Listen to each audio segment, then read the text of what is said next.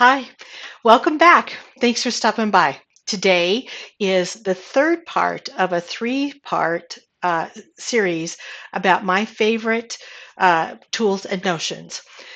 What I want to talk to you about today is the basic things, the cutting tools and irons and things like that that I can't work without. Without further ado, let's head right over to the work table because my iron's hot still, and I want to show you something really cool. So right off the bat, the thing that I want to talk to you about is called a heat press batting fusible tape. It is probably a quilter and sewer's dream come true, especially not just for making a Franken batting and bonding two uh, pieces of batting together. It works amazingly well to repair a little snip or a cut in something that you cannot change and can't move and get fixed. This works beautifully. Now I've already done one, which is a little snip here, and I've got this piece, a piece that has been ironed on. I've got another one. Let's see, it's right here. There it is. You can just barely see it where there is the hole. I'm gonna put a piece of this on here and iron it so that you can't tell where it's at because you can't see it from the front except if it distorts. See, there it is, right here, right here. So here we go. I'm gonna do this right while you watch, and I'm gonna cover that, put not the lumpy side, but the shiny side, smooth side up. Make sure you cover everything all around that little snip. Grab your iron and put it on there and leave it there. Do not press and go back and forth because you're going to distort what is bonding to the thing that you're bonding it to. You need to leave your iron in place. The hotter the iron, the better, the faster that bond will work, but you have to leave it in place and let that glue melt so that it is something that you can then trim away. But when you turn that back over, you can maybe feel it a little bit. There's a little bit of a rise in shape of the surface, but you can't see it. And and it makes it, even when you pull on it a little bit, it won't show up. And what that does is it allows it to be stable enough and stay in your piece so that when you quilt across it, it's not gonna do that. It's not gonna have a problem. Normally, I wouldn't say that that would be something that I would really condone or recommend. But if you've got something that is going to get used a lot, you can count on it that it's going to have a hole in it. It's going to end up getting used. But if it's a show quilt, that's a completely different ball of wax. But if you are out of fabric and you have no way of repairing that little snippet of maybe two or three threads, or golly, in case it gets snagged on something else, but you can lay those fibers down and they will mesh into each other beautifully. There's no reason to not use that. It is it's like a little nylon tricot, used very much like in like slip material, like in lingerie or a slip. It's very soft, very subtle. It's very thin, and that glue that's on the back of this is an excellent adhesive to keep everything that it touches in place. That's why when you go to make a Franken batting where you're putting all your bits and pieces of batting together and you want to make something out of something usable and save your money, is this is so nice to use. You have to protect your iron from the fibers of the batting, so you like parchment paper works. You will abut your two pieces of batting up, lay this across where they abut, and then put a piece of parchment paper on top, and then set your iron on there and let it rest.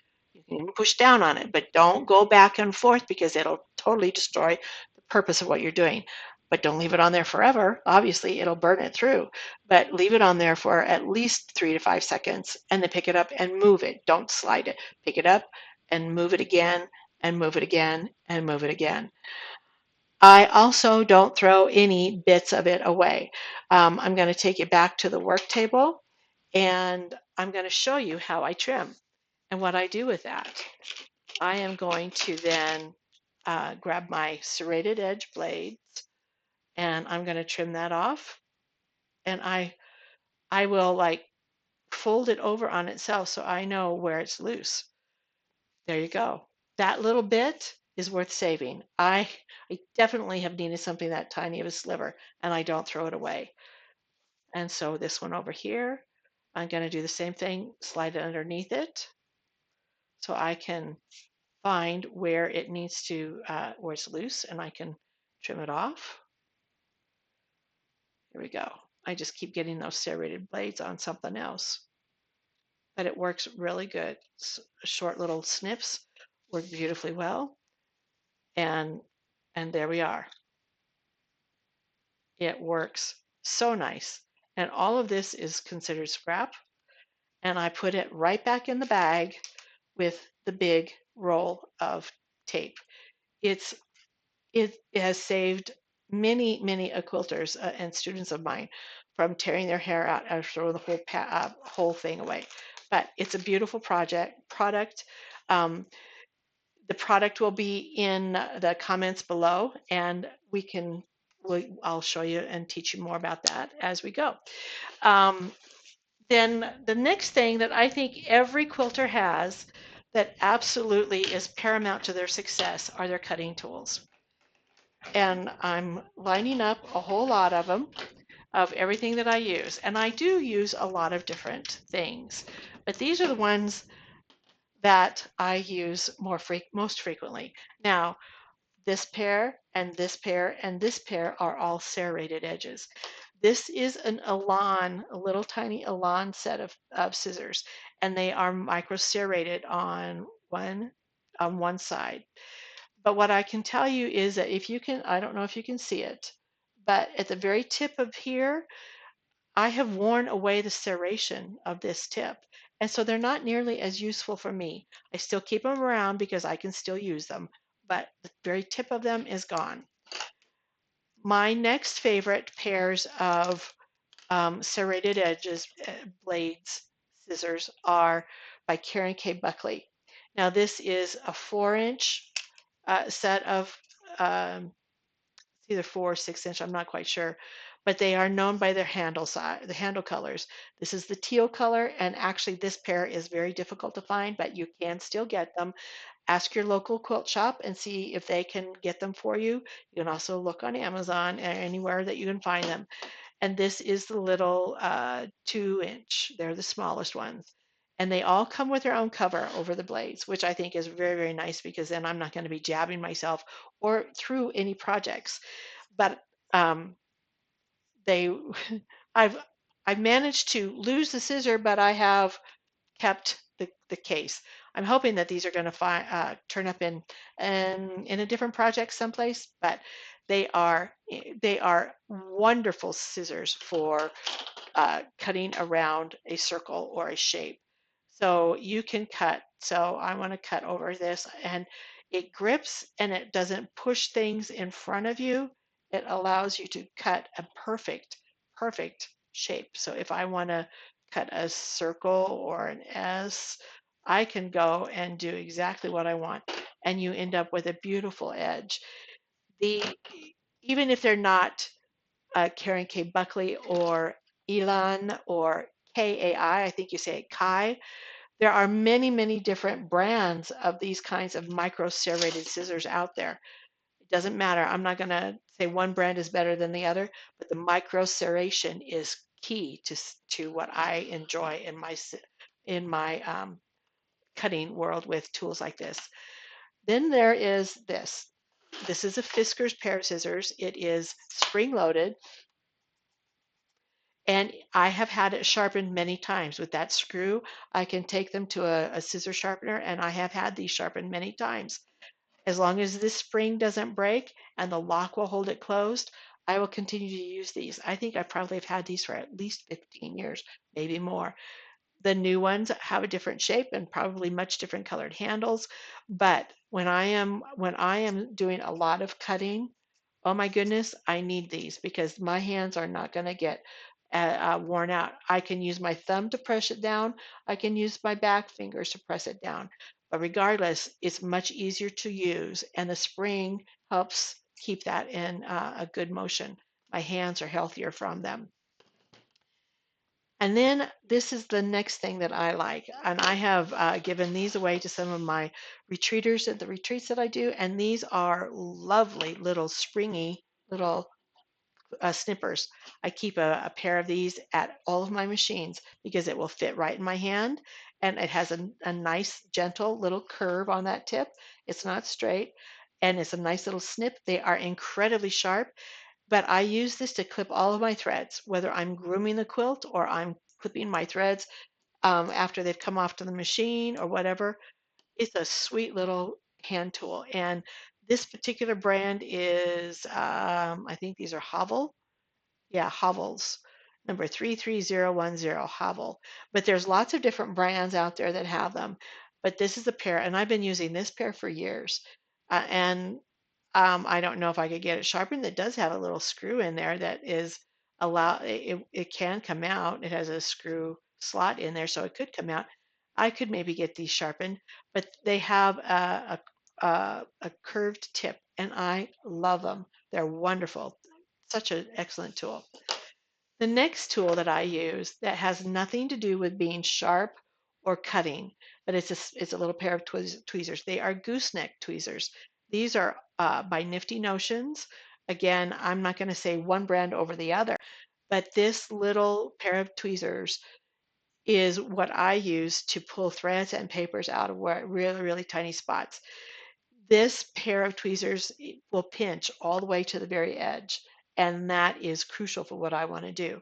The other part that I really like is because it is a gooseneck, it has a flat side. And so not only does the tip pinch really well, but that whole bottom will let me pick up what's on the bottom. Of course, I drop it because it springs right out of my hand, but you get the idea. Now, there's another set of tools that I use that I think that are really, really important. We all have to use them, regardless of what they are. And like to call them Jack the Ripper. Well, guess what? I have a couple that I really like that are definitely uh, rippers. I have one that my dad made for me, and that is priceless to me. I use that frequently, but you can't. Nobody can buy it. Nobody can buy one exactly like it. So I'm not going to show it simply because it's not replaceable and you can't purchase it. So these are things that you can stock up on your own. This is a Clover, and I think this is a Dritz. This is $2. This is 10.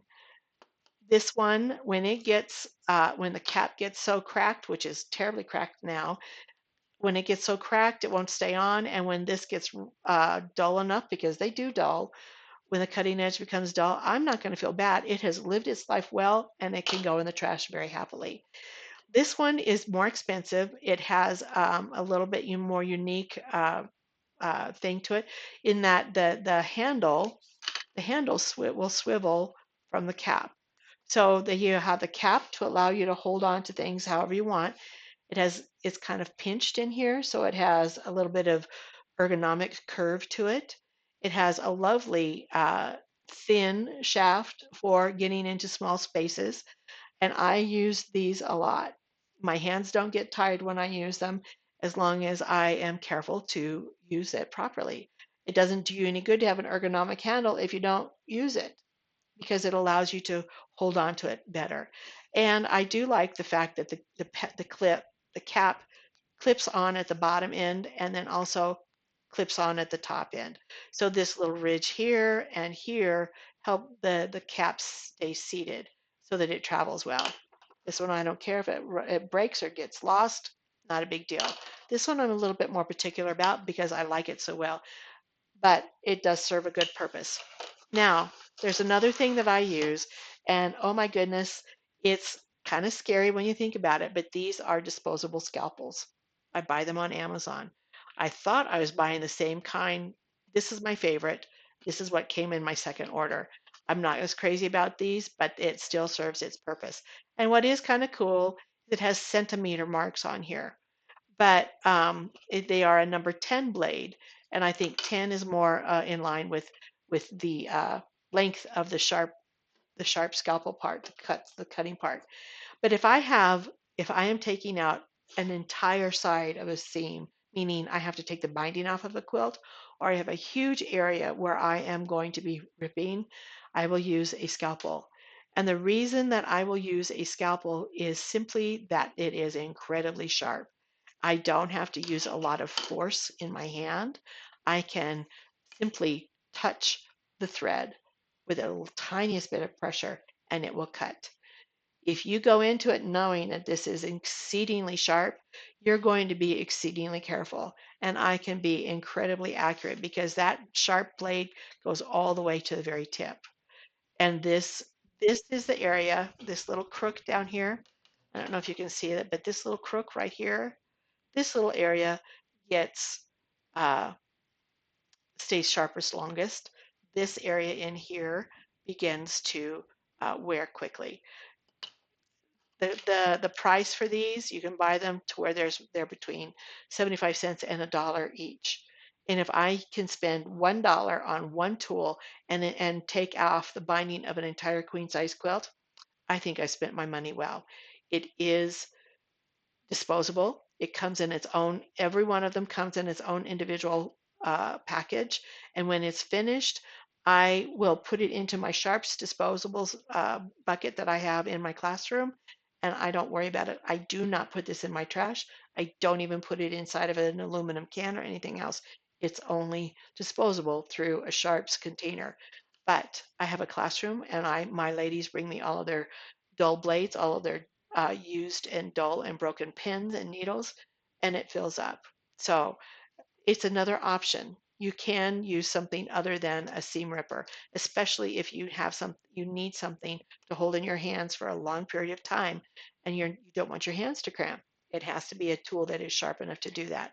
So those are the beginnings of my sharps. The next two tools that I use daily are a 28-inch and a 60-inch rotary cutter. Now, again, there are different brands, and I'm not going to tell you which is better than another. My personal preference at this point is Olfa. I started with Olfa 25, 30 years ago, and I quickly switched to Fiskers. And now Olfa is back on my favorites list because of a couple of different things. Olfa has what they call quick attach. If I need to change that blade, I can pull this little red lever down. You hear that click, and then lift up, and there's the cutter, and here's the blade, and it is stuck into that little nut, that little bolt or whatever goes in there. You take your blade off, dispose of it, put the new blade on simply by laying it down on top of that and letting it seat into the uh, where it goes, because it does have a triangle in there. Then you turn this over, and you want to clean it off every once in a while. You turn it over, let that pin go right through it, and they click. There it is. You don't have to worry about losing a spring or a washer or anything in between there. This one has a washer and a spring, which is not as bad. It's not, but it's either left or right-handed. So that part of it is great. But what I love the best about this is that I can lock my blade closed. I can lock it open.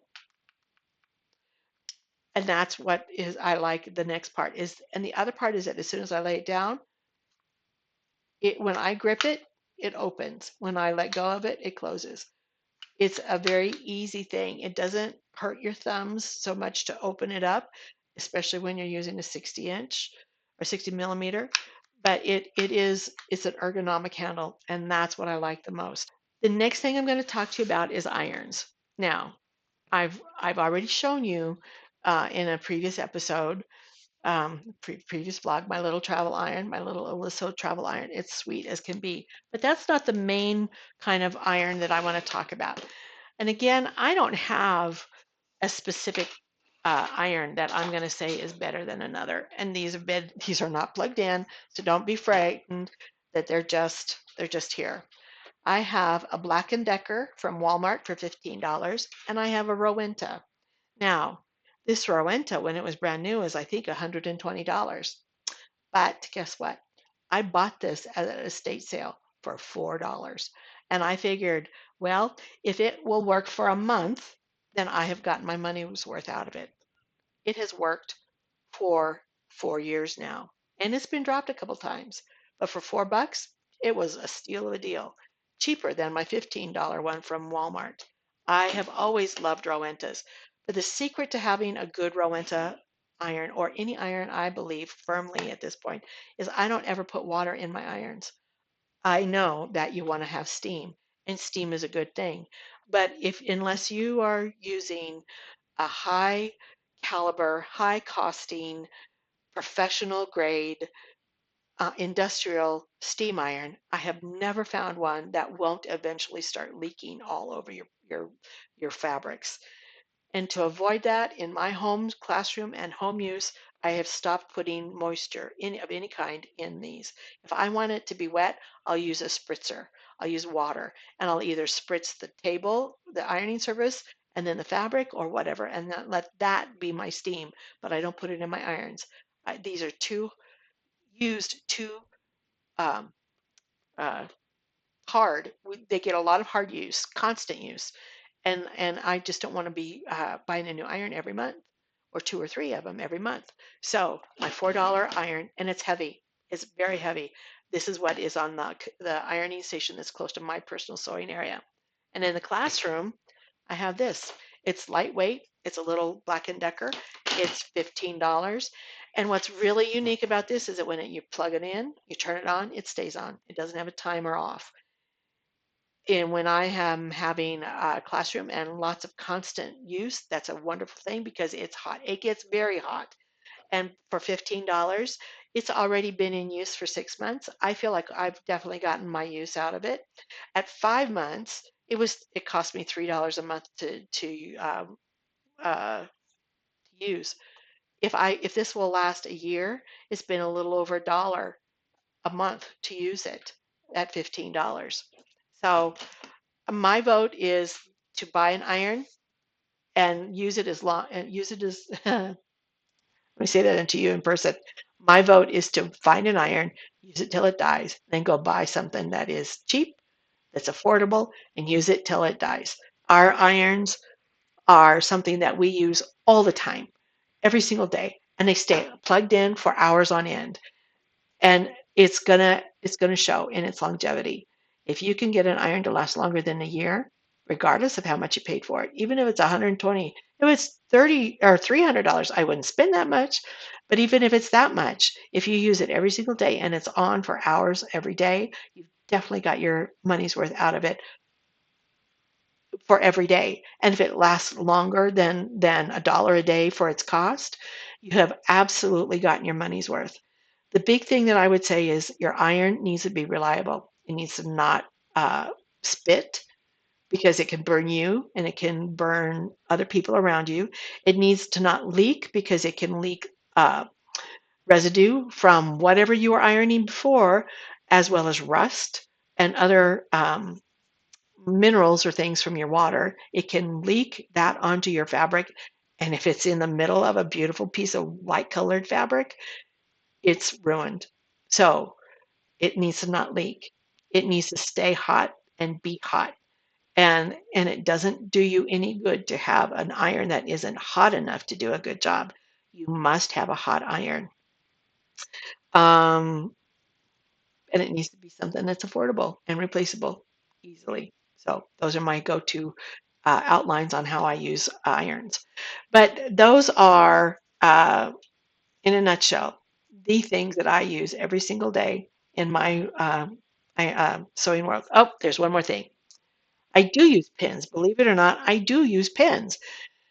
And not so much is there one kind of pen, because obviously you can tell in my pin cushion here that I use a lot of different pens. These are very long and thin. They're like almost 2 inches long. They have a glass head. I can iron on them, but they're very thin and they bend easily. But I like them because they're very sharp. I have another set of glass head pins and they are shorter. They're maybe about 1.25 inches. And again, they're glass, so I can iron on them, but they have a specific purpose. Their shaft, they are not nearly as thin as the other glass ones that I use. Then I have flat pins. These are nearly as long or as long as the other glass head ones over here. They are about, yep, they're about the same length, but this pin, this flower pin, has a much uh, bigger, thicker shaft. It's very sharp. It's stronger, so it will let me pin more layers together without distorting the pin. So they have specific places and uses, and I use them all. Then I have some of these. These are called magic pins, or for lack of a better term, they are magic pins. There we go. They are magic pins, and the different colored tips are different lengths of the pin, the needle shaft, as well as different strengths or widths of wire.